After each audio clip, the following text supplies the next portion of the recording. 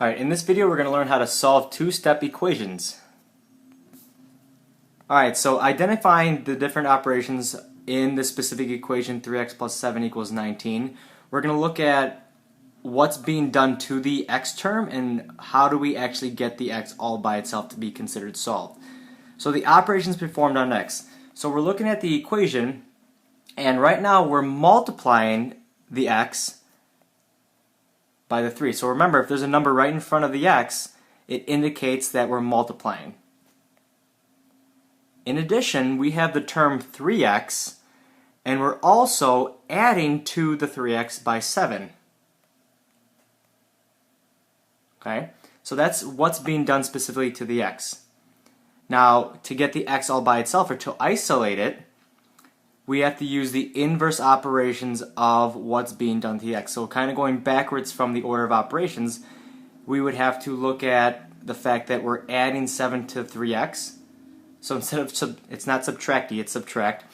We're looking at the inverse operation of addition. So since we're adding 7 to x, we're going to subtract both sides to make that 0. So it's 0 out, and subtract 7 on both sides.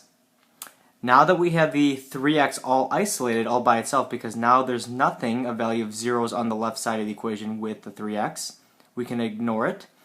And the inverse operation of multiplication, because we've established that we're multiplying 3 to the x, to make that 1, we need to divide. So we're going to divide both sides by 3. So being able to break down this equation and understanding how or what's being done to the variable term is very important in solving in our two-step equations. So taking that same exact example, solving a two-step equation, we have 3x plus 7 equals 19. So we ultimately want to figure out what the value of this x is, not 3x but the x.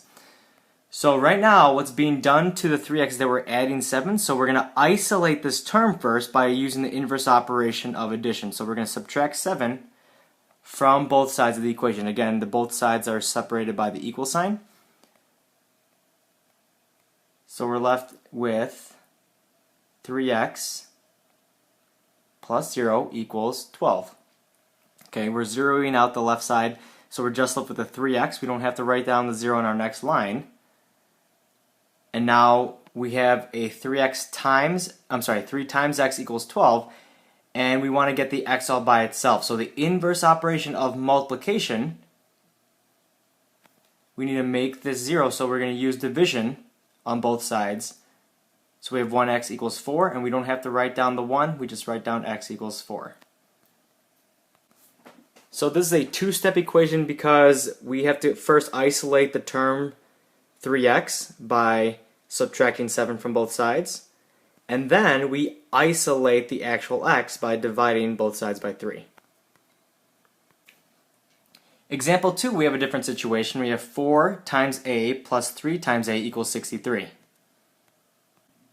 So notice that they both have an a in each term. These are considered like terms. So we have to actually simplify the left-hand side of the equation before we use any inverse operations trying to make 1 or 0. We must first simplify the left side. Okay, so 4a is technically a plus a plus a plus a, or 4a, and then 3a is a plus a plus a. So if you add up all the a's, you would get a 7. So we got 1, 2, 3, 4, 5, 6, 7. So 7a equals 63. Now the left-hand side is simplified. Now the inverse operation of what's being done to the a, we got to make this 1 to get the a all by itself. So we're going to divide both sides by 7 because we're actually multiplying the a by 7. And so when we do that, we get 7a divided by 7 equals 9, and we know that that becomes 1. So we have 1a equals 9, and then we don't have to write down the 1 again, so we just write down a equals 9.